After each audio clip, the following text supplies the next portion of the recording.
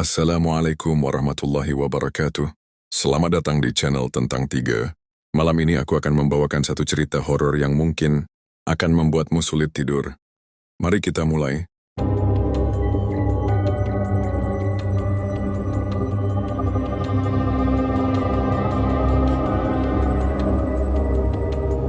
Di tengah hiruk-pikuk Semarang yang mulai mereda di telan malam, sebuah gerobak bakso sederhana tetap menjadi pusat perhatian. Bukan karena desainnya yang mencolok, melainkan karena antrean pembeli yang tak pernah putus, bahkan ketika jarum jam hampir menyentuh angka 2 dini hari. Gerobak kayu itu tampak biasa saja, dengan panci besar mengepulkan aroma kuah gurih yang khas, gerobak yang setia menemani Pak Jono berjualan di pinggir jalan yang remang-remang, tak jauh dari keramaian, Simpang 5. Lampu jalan yang kuning redup hanya mampu menerangi sebatas area gerobak, menciptakan bayangan panjang yang menari-nari di aspal. Namun ada sesuatu yang istimewa dari bakso Pak Jono. Kuahnya berwarna coklat bening dengan sedikit minyak mengambang, memiliki cita rasa yang sulit dilupakan.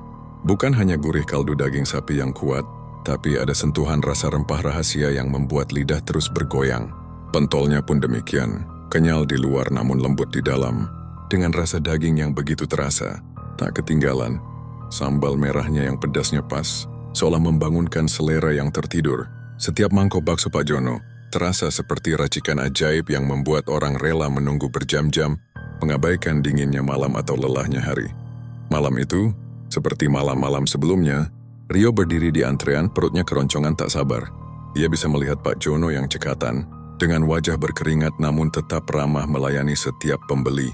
Tangannya lincah meracik setiap mangkok, menambahkan mie kuning, bihun putih, taburan bawang goreng renyah, dan irisan seledri segar. Aroma bakso yang menguar semakin membuatnya tak tahan. Di sekelilingnya ia melihat berbagai macam orang, dari mahasiswa yang baru pulang nongkrong, pekerja shift malam yang mencari penghangat, hingga keluarga yang sengaja datang jauh-jauh hanya untuk mencicipi bakso Pak Jono. Semua tampak menikmati hidangan sederhana namun luar biasa itu. Rio sendiri sudah menjadi pelanggan setia sejak lama, dan rasanya belum ada bakso lain yang bisa menandingi kelezatan bakso Pak Jono. Ada kehangatan dan kepuasan yang selalu ia rasakan.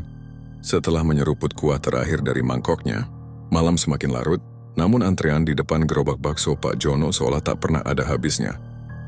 Lambat laun, fenomena bakso Pak Jono semakin menjadi perbincangan di Seantero Semarang. Dari sekadar gerobak di pinggir jalan, kini Pak Jono telah memiliki sebuah ruko kecil yang terletak strategis, tak jauh dari lokasi lamanya berjualan. Ruko itu tampak bersih dan bercahaya, dengan meja dan kursi yang tertata rapi, mampu menampung lebih banyak pelanggan. Peralatan masaknya pun terlihat lebih modern dan lengkap. Peningkatan fasilitas ini tentu saja disambut baik oleh para penggemar bakso Pak Jono, yang kini bisa menikmati hidangan favorit mereka dengan lebih nyaman. Namun anehnya di pojok belakang ruko, terselip sebuah gerobak kayu tua yang tampak kontras dengan kemewahan sekitarnya. Gerobak itu terlihat kusam, catnya mengelupas di beberapa bagian, dan rodanya tampak berkarat. Itu adalah gerobak lama yang dulu setia menemani Pak Jono berjualan di pinggir jalan. Rio yang sering mampir ke ruko baru Pak Jono menyadari keberadaan gerobak tua itu. Ia heran mengapa Pak Jono tidak menjual atau membuangnya saja. Gerobak itu hanya teronggok di sana, seolah menjadi pajangan yang tak terpakai. Suatu sore saat ruko sedang ramai, Rio tak sengaja melihat sesuatu yang aneh di sekitar gerobak tua itu. Di tengah riuhnya suara pelanggan dan bunyi sendok beradu dengan mangkok, ia melihat seperti ada kabut tipis, berwarna gelap yang bergerak perlahan di sekeliling gerobak. Kabut itu tidak tebal, hampir menyerupai distorsi udara yang disebabkan oleh panas. Namun anehnya, udara di dalam ruko terasa sejuk. Rio mengucek matanya, mencoba memastikan apa yang dilihatnya. Ketika ia melihat lagi, kabut itu sudah menghilang. Ia berpikir mungkin hanya ilusi optik, akibat kelelahan setelah seharian bekerja. Namun, perasaan aneh dan tidak nyaman mulai menyelimutinya setiap kali ia melihat gerobak tua itu berada di sudut ruko, seolah memancarkan aura yang berbeda dari sekitarnya. Ia tak bisa mengerti mengapa Pak Jono masih menyimpan gerobak tua itu. Gerobak yang menjadi saksi bisu awal mula kesuksesannya, namun kini tampak terasing dan misterius di tengah gemerlap ruko baru. Malam Jumat Kliwon menyelimuti Semarang dengan hawa dingin yang menusuk tulang. Rio baru saja mengunci pintu rumah kontrakan kecilnya. Hari ini pekerjaannya di bengkel sedikit lebih berat dari biasanya. Langkahnya gontai menyusuri jalanan yang mulai lengang. Saat melewati ruko bakso Pak Jono, ia melihat ada keanehan.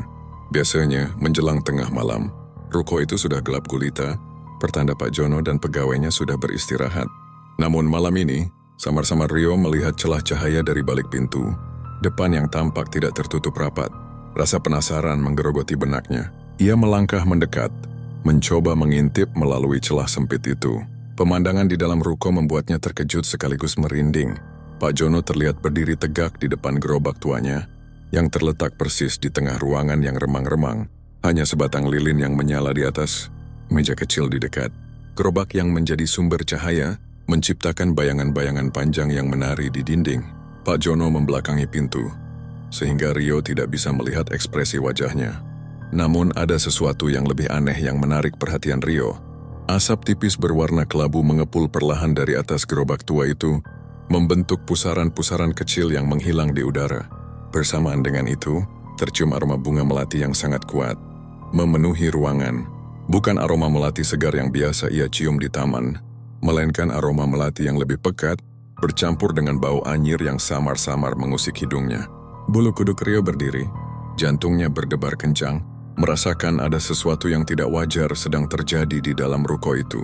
Ia tidak bisa memahami apa yang sedang dilakukan Pak Jono di tengah malam sunyi dengan asap misterius dan aroma melati yang begitu menusuk. Perlahan Rio mundur dari pintu. Rasa ingin tahu dan ketakutan bercampur aduk di benaknya. Ia memutuskan untuk tidak mengganggu dan segera pulang. Namun pemandangan malam itu terus terbayang di pelupuk matanya, meninggalkan perasaan tidak nyaman yang mendalam. Sejak malam Jumat Kliwon itu, Rio jadi lebih sering memperhatikan gerobak tua di ruko bakso Pak Jono. Setiap kali melewati ruko, matanya tanpa sadar akan mencari keberadaan gerobak kayu yang tampak semakin suram di tengah gemerlap lampu neon. Siang hari, di tengah keramaian pembeli, gerobak itu tampak biasa saja, hanya sebuah benda usang yang terlupakan. Namun entah mengapa, Rio selalu merasakan ada aura dingin yang samar di sekitarnya, terutama saat ruko mulai sepi, atau ketika malam menjelang. Rio seringkali merasa mendengar suara-suara aneh yang berasal dari arah gerobak itu. Awalnya, ia mengira itu hanya suara angin atau gesekan benda-benda di dalam ruko. Namun semakin sering ia mendengarnya, suara-suara itu terdengar semakin jelas, menyerupai bisikan-bisikan pelan, seperti ada seseorang yang sedang berbicara dengan suara lirih. Namun kata-katanya tidak bisa ditangkap dengan jelas. Kadang terdengar seperti gumaman panjang, kadang seperti hembusan napas yang berat. Rio mencoba meyakinkan dirinya bahwa itu hanyalah imajinasinya, efek dari kejadian malam itu yang membuatnya menjadi lebih sensitif. Namun bisikan-bisikan itu terus berlanjut, seolah memanggil-manggil dari sudut ruangan yang gelap. Ia pernah mencoba mendekati gerobak saat ruko sedang kosong, pura-pura melihat-lihat, namun suara itu langsung menghilang begitu ia mendekat. Perasaan aneh dan tidak nyaman semakin kuat, membuatnya merasa ada rahasia kelam yang tersembunyi di balik gerobak tua itu. Rahasia yang seolah ingin diungkapkan melalui bisikan-bisikan misterius di tengah kesunyian. Rio mulai merasa ada yang tidak beres dengan kesuksesan bakso Pak Jono, dan gerobak tua itu seolah menjadi kunci dari teka-teki yang mengganggunya. Seiring berjalannya waktu, Rio mulai menyadari adanya pola yang aneh pada beberapa pelanggan bakso Pak Jono. Mereka tidak seperti pelanggan lainnya, yang datang dengan keluarga atau teman, tertawa sambil menikmati hidangan. Pelanggan-pelanggan ini selalu datang sendirian, biasanya saat malam sudah larut atau menjelang ruko tutup. Pakaian mereka cenderung gelap, seringkali serba hitam, dan ekspresi wajah mereka datar, tanpa senyum atau sapaan ramah. Mereka memesan bakso dengan nada bicara singkat, menyantapnya dengan lahap namun dalam diam, dan setelah selesai, mereka langsung pergi tanpa banyak interaksi dengan Pak Jono atau pelanggan lain. Ada aura misterius dan terasing yang memancar dari mereka. Suatu malam, saat Rio sedang menikmati semangkuk bakso di salah satu meja sudut, seorang pelanggan dengan ciri-ciri aneh itu duduk di meja yang tidak jauh darinya. Pelanggan itu terlihat sangat pucat, dengan lingkaran hitam di bawah matanya. Ketika sedang menyantap baksonya, tiba-tiba ia terbatuk-batuk dengan keras, suara batuknya terdengar serak dan tidak enak didengar. Rio secara tidak sengaja melihat ke arah pelanggan itu, dan terkejut melihat ada sedikit bercak darah berwarna merah gelap di tisu yang digunakannya untuk menutup mulut. Pelanggan itu dengan cepat menyembunyikan tisu tersebut dan buru-buru bangkit dari duduknya, berjalan keluar ruko tanpa mengucapkan sepatah kata pun. Kejadian itu membuat Rio semakin merasa ada sesuatu yang ganjil dengan bakso Pak Jono. Siapa pelanggan-pelanggan aneh itu? Mengapa mereka tampak tidak sehat? Dan apa hubungannya dengan kesuksesan warung bakso ini? Pertanyaan-pertanyaan itu terus berputar di benaknya, menambah rasa curiga dan ketidaknyamanan yang sudah lama ia rasakan. Ia mulai berpikir, mungkinkah ada harga yang harus dibayar untuk kelezatan dan popularitas bakso Pak Jono? Malam itu Rio terlelap dengan perasaan gelisah yang tak kunjung hilang. Namun tidurnya justru diusik oleh mimpi buruk yang terasa begitu nyata, seolah ia sedang mengalaminya langsung. Dalam mimpinya, ia duduk di meja warung bakso Pak Jono, semangkuk bakso mengepul di hadapannya. Aroma gurih yang biasa ia suka kini berubah menjadi bau anyir yang menusuk hidung. Dengan ragu, ia mengambil sendok dan menyuapkan bakso ke mulutnya. Tapi, saat gigitan pertama, ia merasakan sesuatu yang aneh di lidahnya. Bukan kenyalnya daging pentol, melainkan gumpalan-gumpalan halus yang terasa seperti rambut. Rio meludahkan bakso itu dengan jijik, dan di dalam mangkok, ia melihat gumpalan rambut hitam panjang yang kusut, basah dan berbau busuk. Jantungnya berdebar kencang, ia mencoba berteriak tapi suaranya tak keluar. Lalu pandangannya beralih. Di samping gerobak tua Pak Jono, yang kini tampak lebih menyeramkan dan diselimuti bayangan gelap, berdiri sesosok perempuan. Rambutnya panjang terurai, menutupi sebagian wajahnya yang pucat pasi. Matanya melotot kosong, namun menatap lurus ke arah Rio, dengan senyum mengerikan yang membuat bulu kuduknya merinding hingga ke ubun-ubun. Sosok itu perlahan mengangkat tangannya yang kurus, menunjuk ke arah mangkok bakso berisi rambut di hadapan Rio. Suasana dalam mimpi itu terasa dingin, mencekam, dan sangat realistis. Rio berusaha keras untuk bangun, namun tubuhnya terasa lumpuh. Keringat dingin membanjiri tubuhnya. Ketika akhirnya ia terbangun dengan napas terengah-engah, ia langsung terduduk di ranjang. Mimpi itu begitu jelas, begitu mengerikan, seolah menjadi pesan atau peringatan. Rio tahu, ini bukan sekadar mimpi biasa. Ada sesuatu yang jauh lebih gelap di balik bakso Pak Jono dan gerobak tuanya. Sejak mimpi buruk itu, Rio merasa tidak bisa tenang. Rasa penasaran bercampur ketakutan membuatnya terus memikirkan bakso Pak Jono dan gerobak tuanya. Ia tahu ia harus mencari tahu lebih banyak. Rio memutuskan untuk menemui beberapa tetangga lama yang tinggal di sekitar tempat Pak Jono dulu berjualan dengan gerobak. Awalnya tidak mudah. Beberapa dari mereka menolak bicara, menggelengkan kepala dengan ekspresi takut, seolah ada sesuatu yang sangat menyeramkan yang tidak boleh diucapkan. Mereka hanya mengalihkan pandangan atau buru-buru masuk ke dalam rumah. Namun Rio tidak menyerah. Ia terus mencoba, hingga akhirnya ia bertemu dengan seorang nenek tua bernama Mbah Darmi, yang sudah tinggal di daerah itu sejak puluhan tahun lalu. Mbah Darmi dikenal sebagai orang yang bijaksana, namun juga menyimpan banyak cerita lama. Rio menghampiri Mbah Darmi yang sedang duduk di teras rumahnya yang sederhana, di bawah naungan pohon mangga tua. Setelah berbasa-basi sebentar dan meyakinkan Mbah Darmi bahwa ia tidak akan menceritakan ini kepada siapapun, nenek itu akhirnya mau membuka suara. Dengan suara pelan dan bergetar, Mbah Darmi mulai bercerita. Ia mengatakan bahwa dulu, sebelum Pak Jono sukses besar, hidupnya sangat susah. Dagangan baksonya sering sepi, bahkan untuk makan sehari-hari pun sulit. Pak Jono sering sekali mengeluh kepada siapa saja yang mau mendengarkan betapa ia ingin sekali kaya dan sukses. Lalu suatu hari ada seorang pria misterius yang datang menemuinya. Pria itu bukan orang sembarang. Wajahnya dingin dan tatapannya tajam. Dia menawarkan bantuan agar bakso Pak Jono laris manis, bahkan sampai terkenal kemana-mana. Mbah Darmi tidak mau menceritakan detail perjanjian atau syarat yang diminta pria misterius itu. Ia hanya menatap Rio dengan mata tuanya yang penuh kesedihan dan berkata, "Ada yang harus dibayar, nak. Harga yang sangat mahal. Bukan hanya uang, tapi nyawa." Kata-kata Mbah Darmi itu seperti palu godam yang menghantam benak Rio. Rasa dingin menjalar di punggungnya. Dan ia tahu apa yang ia curigai selama ini mungkin adalah kebenaran yang jauh lebih mengerikan. Rasa takut dan penasaran bercampur aduk di benak Rio setelah mendengar cerita Mbah Darmi. Ia tahu ia harus melihat sendiri apa yang ada di dalam gerobak tua itu. Hanya itu satu-satunya cara untuk membuktikan semua kecurigaannya. Malam itu Rio menunggu hingga ruko bakso Pak Jono benar-benar sepi dan gelap. Ia memastikan tidak ada seorang pun di sekitar sana. Dengan jantung berdebar kencang, ia nekat menyelinap masuk melalui pintu belakang yang ternyata tidak terkunci rapat. Di dalam ruko, suasana terasa begitu dingin dan mencekam. Hanya ada cahaya remang-remang dari lampu jalan yang masuk melalui jendela kaca. Rio melangkah perlahan, mengendap-endap menuju pojok di mana gerobak tua itu berada. Bau melati layu dan anyir yang samar-samar tercium semakin kuat saat ia mendekat. Tangan Rio gemetar saat ia menyentuh penutup gerobak yang terbuat dari kayu. Ada sebuah gembok kecil yang tergantung, namun anehnya gembok itu tidak terkunci. Seolah-olah ada yang sengaja membiarkannya terbuka, atau mungkin memang tidak pernah dikunci. Dengan napas tertahan, Rio membuka penutup gerobak itu. Matanya langsung terbelalak ngeri. Bukan panci bakso atau bahan-bahan masakan yang ada di dalamnya.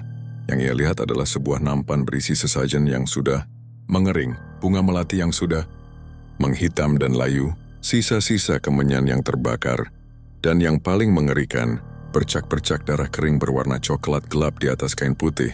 Di antara sesajen itu, tergeletak sehelai rambut hitam panjang yang kusut, terlihat seperti rambut manusia.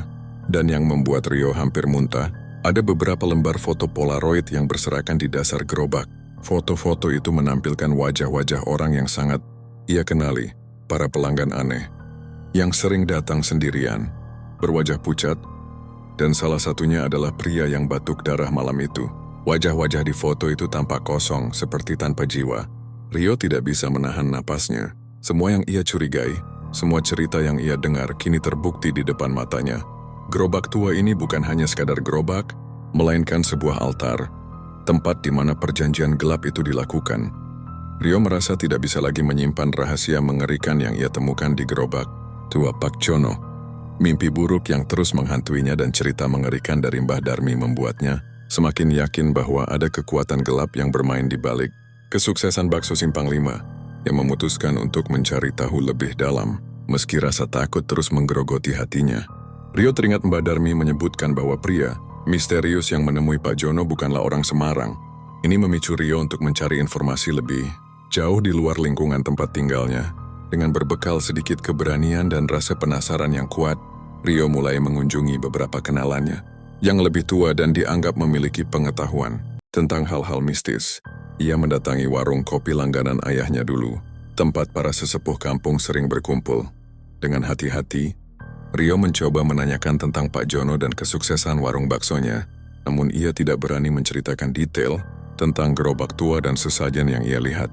Awalnya, banyak yang hanya mengangkat bahu atau memberikan jawaban yang tidak memuaskan. Mereka hanya tahu Pak Jono sukses karena baksonya memang enak dan banyak yang suka. Namun Rio tidak menyerah. Ia terus mencari dan bertanya kepada orang-orang yang menurutnya mungkin memiliki informasi lebih. Hingga suatu sore ia bertemu dengan seorang bapak tua bernama Pak Tono, yang dikenal sebagai mantan perangkat desa dan memiliki banyak cerita tentang masa lalu daerah tersebut. Setelah Rio menceritakan secara hati-hati tentang perubahan drastis Pak Jono dan warung baksonya, Pak Tono tampak berpikir keras, matanya menyipit, seolah sedang mengingat-ingat sesuatu yang sudah lama terlupakan. Akhirnya Pak Tono menarik napas panjang dan berkata dengan suara pelan, "Dulu di daerah sini, ada cerita tentang orang yang mencari kekayaan dengan cara yang tidak benar. Katanya mereka bersekutu dengan makhluk halus dan harus memberikan tumbal agar usahanya lancar." Cerita Pak Tono membuat Rio semakin yakin bahwa apa yang terjadi pada Pak Jono bukanlah kesuksesan biasa. Ia memberanikan diri untuk bertanya lebih lanjut tentang ciri-ciri orang yang mencari kekayaan dengan cara gelap itu, dan Pak Tono memberikan beberapa petunjuk samar yang membuat Rio semakin penasaran untuk mengungkap rahasia di balik Bakso Simpang 5. Dengan tekad bulat dan rasa penasaran yang tak tertahankan, Rio memutuskan untuk kembali menyelinap ke ruko Pak Jono. Ia tahu risikonya sangat besar, namun ia merasa harus mengungkap kebenaran di balik gerobak tua itu. Malam semakin larut, jalanan di sekitar Simpang 5 sudah sepi. Rio dengan hati-hati mendekati ruko yang tampak gelap dan sunyi. Ia memeriksa pintu belakang, memastikan tidak ada kunci tambahan setelah ia meninggalkannya malam itu. Dengan perlahan dan tanpa suara, ia membuka pintu dan masuk ke dalam kegelapan. Suasana di dalam ruko terasa lebih dingin dan mencekam dari sebelumnya. Bau melati layu dan anyir tercium lebih kuat menusuk hidungnya. Rio menyalakan senter di ponselnya. Cahayanya menari-nari di dinding yang kusam. Ia berjalan perlahan menuju pojok tempat gerobak tua itu berada. Jantungnya berdebar kencang. Setiap bunyi kecil membuatnya terlonjak kaget. Ketika ia tiba di depan gerobak, ia melihat gembok kecil yang ia tinggalkan masih tergantung begitu saja, tidak terkunci. Dengan tangan gemetar, Rio membuka penutup gerobak itu sekali lagi. Cahaya dari senter ponselnya menyoroti isi di dalamnya. Sesajen yang sudah mengering tampak lebih mengerikan dalam kegelapan. Bunga-bunga yang menghitam terlihat seperti cakar-cakar kering. Bercak darah di kain putih tampak lebih pekat dan menakutkan. Rambut hitam panjang itu tergeletak tak beraturan di antara benda-benda itu. Rio mengarahkan senternya lebih dalam, dan ia melihat sesuatu yang belum ia perhatikan sebelumnya. Di dasar gerobak, terselip sebuah buku kecil dengan sampul kulit berwarna gelap yang tampak usang. Dengan hati-hati, Rio mengambil buku itu. Sampulnya terasa dingin dan sedikit lembab. Setelah penemuan mengerikan di dalam gerobak tua itu, Rio tidak pernah lagi menginjakan kaki di ruko bakso Pak Jono. Rasa mual dan ngeri selalu muncul setiap kali ia membayangkan isi gerobak itu. Ia juga mulai menceritakan apa yang ia temukan kepada teman-teman terdekatnya, meski banyak yang awalnya tidak percaya dan menganggapnya mengada-ada atau berhalusinasi. Namun tak lama setelah itu hal-hal aneh mulai terjadi. Warung bakso Pak Jono yang tadinya selalu ramai, kini perlahan mulai sepi. Antrean panjang yang dulu menjadi pemandangan biasa kini lenyap. Hanya sesekali ada 1-2 pembeli yang datang. Itu pun dengan tatapan curiga dan terburu-buru. Gosip tentang pesugihan bakso Pak Jono mulai menyebar luas di kalangan warga Semarang, berbisik dari mulut ke mulut, dari warung kopi ke pasar tradisional. Banyak pelanggan setia yang tiba-tiba jatuh sakit parah. Tanpa sebab yang jelas, beberapa bahkan dikabarkan meninggal dunia secara mendadak. Kejadian-kejadian ini semakin memperkuat keyakinan warga bahwa ada sesuatu yang tidak beres dengan bakso Pak Jono. Pak Jono sendiri, yang dulu selalu terlihat bersemangat dan ceria, kini berubah drastis. Tubuhnya semakin kurus kering, wajahnya pucat pasi, dan matanya cekung dengan tatapan kosong, seolah jiwanya sudah tidak ada di sana. Ia jarang terlihat keluar dari rukonya, dan ketika pun ia terlihat langkahnya gontai, seperti orang yang menanggung beban berat. Warungnya yang dulu gemerlap kini terasa dingin dan mencekam. Lampu-lampunya sering mati, dan suasana di dalamnya selalu diselimuti kesunyian yang menakutkan. Aroma bakso yang dulu menggoda kini terasa anyir dan menyesakan. Rio sering melihat Pak Jono hanya duduk termenung di sudut ruko, menatap kosong ke arah gerobak tua yang masih teronggok di tempatnya, seolah ada ikatan tak kasat mata yang tak bisa ia lepaskan. Kejatuhan Pak Jono begitu nyata, seolah ia sedang membayar harga dari kesuksesan semu yang dulu ia dambakan. Suatu pagi yang dingin, kabar mengejutkan tersebar di seluruh penjuru Simpang 5. Pak Jono ditemukan meninggal dunia di dalam rukonya. Tubuhnya tergeletak di lantai, tepat di samping gerobak tua yang dulu menjadi sumber kebanggaannya. Kondisi tubuhnya sangat mengenaskan, kurus kering seperti tinggal tulang berbalut kulit, dengan wajah yang pucat pasi dan mata yang terbelalak kosong. Polisi yang datang melakukan penyelidikan menyatakan bahwa penyebab kematian Pak Jono adalah sakit, namun banyak warga yang berbisik-bisik di antara mereka yakin bahwa Pak Jono telah ditarik oleh perjanjian gelapnya.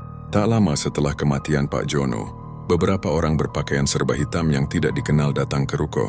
Tanpa banyak bicara, mereka mengeluarkan gerobak tua itu dari dalam ruko dan membawanya pergi dengan sebuah truk tertutup.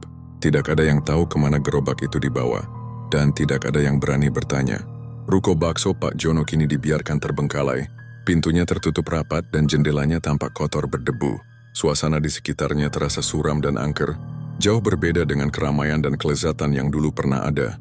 Kisah bakso Pak Jono dan gerobak gaibnya menjadi sebuah legenda urban yang sangat terkenal di Semarang. Cerita ini menjadi pengingat bagi warga bahwa kekayaan dan kesuksesan yang didapatkan dengan cara yang tidak benar, melalui persekutuan dengan kekuatan gelap, akan selalu membawa konsekuensi yang mengerikan.